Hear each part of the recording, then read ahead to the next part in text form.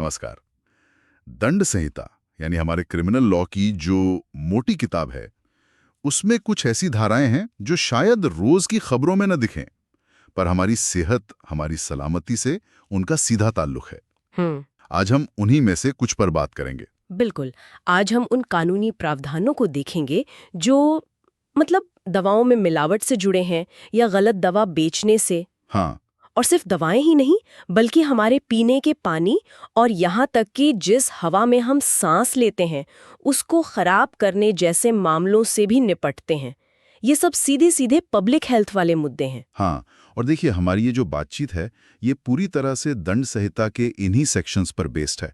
कोशिश ये रहेगी कि इन कानूनों को, मतलब कौन सा काम गुनाह है, क्या सजा है, इसे एकदम साफ, आसान भाषा में समझें। सही कहा, क्योंकि ये कानून हम सब की जिंदगी पर कहीं ना कहीं असर डालते हैं, भले ही हमें इसका रोज एहसास न हो। जरा सोचिए एक बार कि जिस दवा पर आप भरोसा कर रहे हैं जिंदगी बचाने के लिए, वही मिलावटी निकले और नुकसान कर दे। या कोई जानबूझकर हम्म हमारे साझा तालाब या कुएं का पानी गंदा कर दे या हवा में जहर घोल दे, ऐसे में कानून क्या कहता है? आइए आज इसी को थोड़ा गहराई से समझते हैं। जरूर। तो शुरुआत दवाओं से करें। हाँ, दवाओं से ही रहते हैं। इसमें सबसे पहले जिक्र आता है धारा 276 का। धारा 276? अच्छा, ये किस बारे में है? देखिए, ये धारा उस व्यक्ति के बारे में है जो जानबूझकर इंटेंशनली किसी दवा या मेडिकल प्रिपरेशन में मिलावट करता है। और ये मिलावट ऐसी हो कि उससे या तो दवा का असर कम हो जाए, अच्छा, या उसके काम करने का तरीका, मतलब मोड ऑफ एक्शन, वो बदल जाए, या फिर वो दवा ही हानिकारक, नुकसानदेह बन जाए। अच्छा, तो सिर्फ मिलावट करना ही नहीं, इरादा भी जरूरी है। हाँ, ये बहुत जरूरी पॉइंट है। उस आदमी का इरादा होना चाहिए कि वो उस मिलावटी दवा को बेचेगा, या फिर कम से कम उसे पता हो कि भाई ये जो मिलावटी चीज है इसे असली बिना मिलावट वाली दवा बताकर बेचा या इस्तेमाल किया जाएगा। मतलब अगर अनजाने में कोई गलती हो गई तो वो शायद इस धारा में ना आए। जानबूझकर और बेचने का इरादा या जानकारी होना ये जरूरी है। तो मतलब मान लीजिए कोई दवा कंपनी है या कोई बनाने वाला है, वो जानबूझकर कोई सस्ती घटिया चीज मिला देता है दवा में मुनाफे के लिए। हाँ, और उसे पता है कि ये बाजार में असली दवा के नाम पर ही बिकेगी, तो वो सीधा धारा 276 के दायरे में आ गया। बिल्कुल सही पकड़ा। यहाँ मिलावट का असर 3 तरह से देखा जाता है। दवा का असर कम होना, लेस इफेक्टिव, उसका एक्शन बदलना, ऑल्टरिंग ऑपरेशन, या उसे नुकसानदेह बनाना, मेकिंग इट नॉक्शियस। इनमें से कुछ भी हो और बेचने का इरादा या जानकारी हो तो ये धारा लग जाती है। ये तो बहुत ही गंभीर बात है। मतलब सीधे मरीज की जान से खिलवाड़ है ये तो। है ही। इसके लिए सजा क्या तय की है कानून ने? धारा 276 के तहत अगर कोई दोषी पाया जाता है तो सजा है 1 साल तक की कैद या फिर 5,000 रुपए तक का जुर्माना, या ये दोनों भी हो सकते हैं साथ में। 1 साल तक की कैद और जुर्माना, ठीक है। ये तो हुई बात उसकी जिसने मिलावट की। हाँ। पर मान लीजिए उसने मिलावट करके दवा किसी दुकानदार को बेच दी। अब वो दुकान वाला जानता है कि दवा मिलावटी है, पर फिर भी उसे आगे बेच रहा है, तब क्या होगा? हाँ, उसके लिए कानून में अलग सेक्शन है। वो है अगली धारा, धारा 277। अच्छा, तो धारा 277 है मिलावटी दवा बेचने वालों के लिए। जी हाँ, ये धारा उस व्यक्ति पर लगती है जो ये जानते हुए, नोइंगली, कि किसी दवा या मेडिकल प्रिपरेशन में मिलावट हुई है। वही मिलावट जिससे उसका असर कम हुआ हो या तरीका बदला हो या वो हानिकारक हो गई हो, ये जानते हुए भी वो उसे बेचता है या बेचने के लिए रखता है या किसी डिस्पेंसरी से उसे असली बताकर देता है। इसमें वो सिचुएशन भी आती है जब वो किसी ऐसे आदमी से इस्तेमाल करवाता है जिसे पता ही नहीं है कि इसमें मिलावट है। यहाँ ये जानते हुए मतलब नोइंगली शब्द बहुत इंपॉर्टेंट लग रहा है। बिल्कुल। मतलब अगर दुकानदार को पता ही नहीं था कि सप्लायर ने मिलावटी माल दे दिया तो शायद ये धारा ना लगे उस पर। इसे साबित करना प्रैक्टिकली कितना मुश्किल होता होगा कोर्ट में। हाँ, ये नॉलेज या ज्ञान का जो एलिमेंट है, ये धारा 277 के लिए बहुत जरूरी है। और हाँ, इसे साबित करना चैलेंजिंग हो सकता है।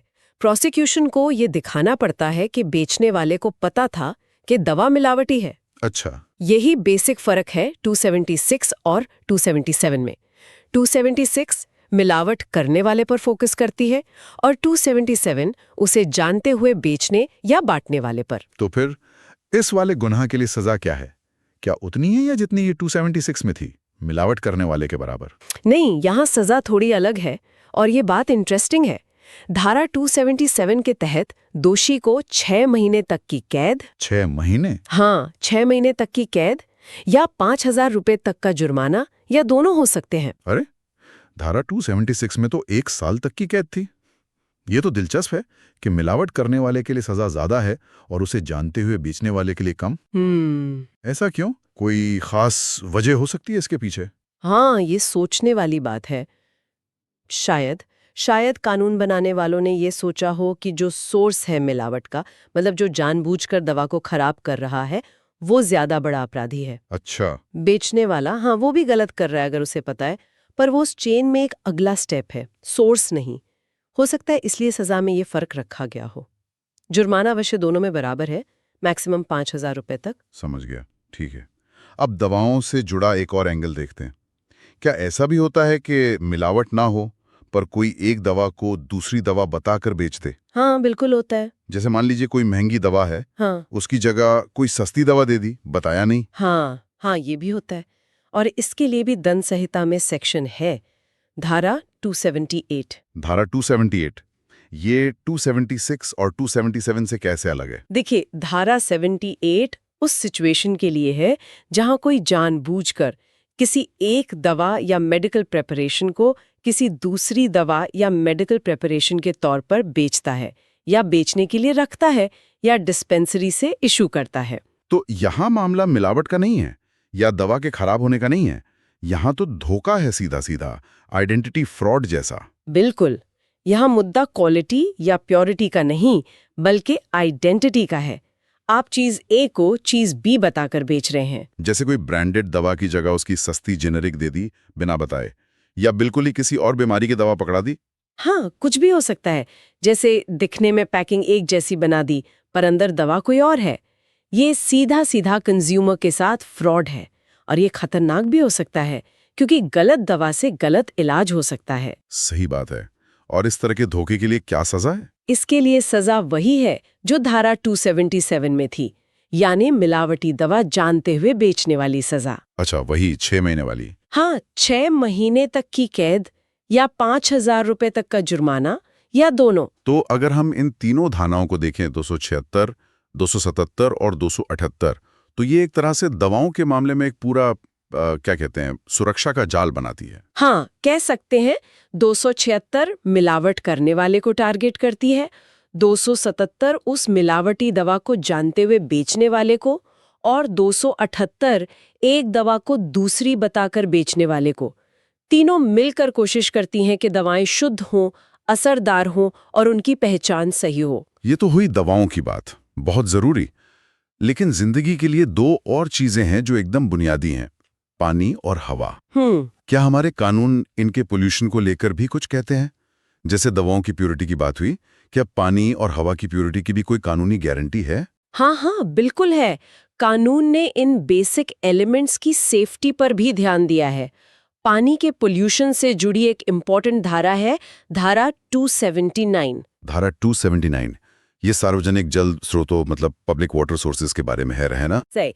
ये धारा कहती है कि अगर कोई व्यक्ति जानबूझकर वॉलंटरीली किसी पब्लिक स्प्रिंग यानी झरने या रिजर्वॉयर यानी जलाशय के पानी को दूषित यानी करप्ट करता है, या मैला यानी फाउल करता है, जिससे वो पानी उस आम काम के लिए कम फिट रह जाता है जिसके लिए उसे नॉर्मली यूज किया जाता है, तो ये एक पनिशेबल ऑफेंस है। यहाँ 2 बातें खास लग रही हैं, एक तो पब्लिक सोर्स और दूसरा जानबूझकर किया गया काम। हाँ, मतलब अगर कोई अपने घर की पानी की टंकी गंदी करे तो ये धारा नहीं लगेगी, और अगर गलती से एक्सीडेंटली कुछ गिर गया पानी में तो भी नहीं।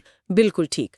सोर्स का पब्लिक होना जरूरी है, जैसे गांव का कुआं, तालाब, नदी का वो हिस्सा जहां से लोग पानी लेते हैं, म्यूनिसिपैलिटी का जलाशय। ये प्राइवेट प्रॉपर्टी पर लागू नहीं होती। अच्छा। और दूसरा, ये काम जानबूझकर या स्वेच्छा से किया गया हो, मतलब अनजाने में कुछ हो गया तो वो अपराध नहीं है। इंटेंशन पानी को खराब करने का होना चाहिए, और नतीजा ये हो कि पानी की यूटिलिटी कम हो जाए, पीने लायक न रहे या नहाने या दूसरे कामों के लिए ठीक न रहे। इसमें किस तरह के एक्शन आ सकते हैं? जैसे कोई फैक्ट्री अपना गंदा पानी नदी में छोड़ दे जानबूझकर, क्या वो इसमें आएगा? हाँ, अगर कोई जानबूझकर ऐसा करता है जिससे पब्लिक वाटर सोर्स का पानी आम इस्तेमाल के लायक न रहे, तो वो इसके तहत आ सकता है। इसमें कूड़ा डालना, कोई केमिकल वेस्ट बहाना या किसी भी तरह से पानी को गंदा करना शामिल हो सकता है। बस शर्त ये है कि जानबूझकर हो और पानी की यूटिलिटी पर असर पड़े। ये तो बहुत जरूरी कानून लगता है, खासकर हमारे देश में जहां आज भी बहुत से लोग साझा जल स्रोतों पर डिपेंड करते हैं। बिल्कुल। इसके लिए सजा क्या है? धारा 279 के तहत दोषी पाए जाने पर सजा वही है जो हमने धारा 277 और 278 में देखी थी। यानी 6 महीने वाली? हाँ, 6 महीने तक की कैद या 5,000 रुपए तक का जुर्माना या दोनों। यानी कानून पब्लिक वाटर सोर्सेस की सेफ्टी को उतनी ही सीरियसली लेता है जितनी गलत या मिलावटी दवा बेचने को। ये इंटरेस्टिंग है। हाँ, ये दिखाता है कि आम लोगों के लिए साफ पानी की उपलब्धता को कानून कितनी अहमियत देता है। पानी के बाद अब उस चीज की बात करते हैं जिसके बिना हम कुछ पल भी नहीं रह सकते, हवा। क्या हवा को गंदा करने पर भी दंड संहिता में कोई सजा है? क्योंकि आजकल तो एयर पोल्यूशन इतनी बड़ी प्रॉब्लम बन गई है, खासकर शहरों में। हाँ, इसके लिए भी एक धारा है, हालांकि वो शायद उतनी ज्यादा डिस्कस नहीं होती। ये है धारा 280। धारा 280 ये क्या कहती है? ये धारा कहती है कि अगर कोई व्यक्ति जानबूझकर वॉलंटरीली किसी जगह के एटमॉस्फेयर यानी वातावरण को इस तरह दूषित विटिएट करता है कि वो उस इलाके में रहने वाले या बिजनेस करने वाले या किसी पब्लिक रास्ते से गुजरने वाले आम लोगों के स्वास्थ्य के लिए हानिकारक, नॉक्शियस टू हेल्थ हो जाए, तो उसे सजा दी जाएगी। इसमें भी वही जानबूझकर और स्वास्थ्य के लिए हानिकारक जैसे शब्द हैं। हाँ, तो यहाँ भी इंटेंशन और नुकसान पहुंचाने की क्षमता जरूरी है और इसका असर आम पब्लिक पे पड़ना चाहिए। बिल्कुल। वातावरण को दूषित करना मतलब हवा की क्वालिटी खराब करना, उसमें जहरीली गैसें, धुआं या बदबू फैलाना, और यह पोल्यूशन ऐसा हो जो आसपास मौजूद आम लोगों की सेहत के लिए खतरा बने। जरूरी नहीं कि हर एक इंसान को नुकसान हो, पर जनरली लोगों की हेल्थ पर बुरा असर पड़ना चाहिए, चाहे वो वहां रहते हों या काम करते हों या बस गुजर रहे हों। ये तो आज के टाइम में बहुत ही रेलेवेंट लगता है, जैसे कोई फैक्ट्री बिना फिल्टर के धुआं छोड़े जा रही है या कोई जानबूझकर कोई खतरनाक केमिकल हवा में स्प्रे कर दे। पर इसके लिए सजा क्या है? क्या पानी गंदा करने जितनी ही? यहीं पर एक बहुत चौंकाने वाली बात सामने आती है। अच्छा, क्या? धारा 280 के तहत जो सजा है वो सिर्फ जुर्माना है, और वो भी सिर्फ 1,000 रुपए तक हो सकता है। क्या? इसमें कैद का कोई प्रावधान ही नहीं है। एक मिनट, आप कह रही हैं सिर्फ 1,000 रुपए तक का फाइन और जेल की सजा है ही नहीं? जी हाँ। जबकि पानी गंदा करने पर 6 महीने तक की जेल और 5,000 तक का जुर्माना था, और हवा जहरीली करने पर सिर्फ 1,000 रुपए का फाइन। ये अंतर तो बहुत ज्यादा है। हाँ, ये अंतर वाकई बहुत बड़ा है और सोचने पर मजबूर करता है। जहाँ पब्लिक वाटर सोर्स को गंदा करने पर जेल हो सकती है और फाइन भी 5 गुना तक ज्यादा है, वहीं हवा को सेहत के लिए नुकसानदेह बनाने वाले काम के लिए सजा इतनी कम रखी गई है। ये तो बहुत अजीब है। आज जब हम एयर पोल्यूशन के इतने बुरे असर जानते हैं, सांस की बीमारियां, कैंसर, हार्ट प्रॉब्लम, कितना कुछ, तब ये सजा तो मतलब कुछ भी नहीं लगती। क्या ये कानून बहुत पुराना है, जब शायद हवा की क्वालिटी को इतनी गंभीरता से नहीं लेते थे? ये हो सकता है। दंड संहिता बनी तो 1860 में थी। अच्छा, हाँ। बड़ा और फैला हुआ खतरा नहीं माना जाता था जितना आज है, या शायद उसे एक लोकल न्यूसेंस मतलब उपद्रव के तौर पर ज्यादा देखते थे, जबकि पानी की प्योरिटी तब भी शायद जीने मरने का सवाल मानी जाती थी। लेकिन आज के कॉन्टेक्स्ट में देखें तो ये सजा वाकई बहुत कम लगती है। तो कुल मिलाकर आज हमने दंड संहिता की 5 ऐसी धाराओं पर बात की जो हमारी रोजमर्रा की जिंदगी और सेहत से जुड़ी हैं।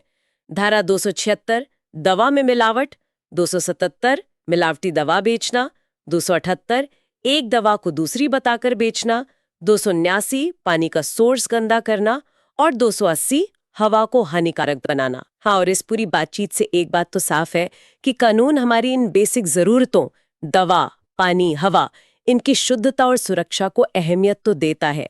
इन सेक्शंस का होना ही ये दिखाता है कि पब्लिक हेल्थ और सेफ्टी कानून की नज़र में जरूरी है। ये सिर्फ पर्सनल मामले नहीं है, समाज से जुड़े मुद्दे हैं।